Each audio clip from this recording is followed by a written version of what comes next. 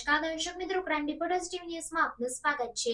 પાટણ જિલ્લાના સિદ્ધપુરના પૂર્વ ધારાસભ્ય ચંદનજી ઠાકોરે મુખ્યમંત્રીને ઉત્તર ગુજરાતમાં લીલો દુષ્કાળ જાહેર કરવા લેખિત રજૂઆત કરી। સિદ્ધપુરના પૂર્વ ધારાસભ્ય ચંદનજી ઠાકોરે મુખ્યમંત્રીને પત્ર લખી કરી રજૂઆત। પાટણ જિલ્લા સહિત ગુજરાતમાં ભારેથી અતિભારે વરસાદ વરસ્યો છે। અતિભારે વરસાદથી ખેડૂતોના પાકને ભારે નુકસાન થવા પામ્યું છે।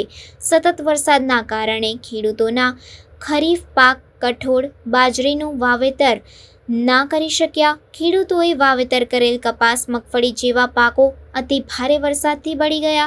ઉત્તર ગુજરાતમાં લીલો દુષ્કાળ જાહેર કરવા કરી લેખિત રજૂઆત। અતિભારે વરસાદથી ખેતીના પાકને થયેલ નુકસાનનું વળતર ચૂકવવા કરી રજૂઆત। ખેડૂતોને તાત્કાલિક નેચરલ કમિટીના ફંડમાંથી સહાય ચૂકવવા કરી રજૂઆત। સમગ્ર ગુજરાતમાં કેટલાય ઘણા સમયથી ચોમાસુ વરસાદની સિઝન વરસી રહી છે। ખૂબ સારો વરસાદ થયો છે, ખેડૂતોમાં ખૂબ રાજીપો છે। સાથે સાથે સમગ્ર ગુજરાતમાં સતત વરસાદના કારણે જે ખેડૂતોને મોટા પાયે નુકસાન થયું છે।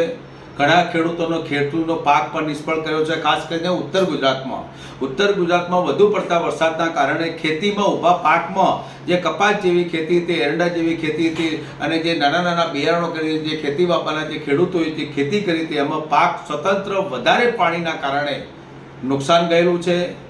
સરકારશ્રીને મારી વિનંતી છે કે લીલો દુષ્કાળ જાહેર કરવો અને જે પ્રમાણે ખેડૂતોને મોટા પાયે નુકસાન થયું છે તે ખેડૂતોને વહેલામાં વહેલી તકે એને વળતર આપવું અને પ્રધાનમંત્રી ફસલ યોજના જે ચાલી રહી છે એમાં તાત્કાલિક સર્વે કરી અને ખેડૂતોને જો પૂરતો ન્યાય આપવામાં આવશે તો ગુજરાતમાં જે ભારતીય જનતા પાર્ટીની જે સરકાર જે છે એ જે સરકાર એ જે ચાલી રહી છે એ સરકાર સાર્થકમાં સાચી સરકાર ગણાશે। અત્યારે ખેડૂતોની હાલત બહુ કફોડી છે। એ લોકોને ફરી બિયારણ લાવવું પડશે, ફરી વાવેતર કરવું પડશે। ચોમાસાની સિઝનમાં સતત હવામાન ખાતાની આગાહી સૂચન કરે છે, વરસાદ પડ્યો છે, સમગ્ર ગુજરાતની આંખોની સામે છે।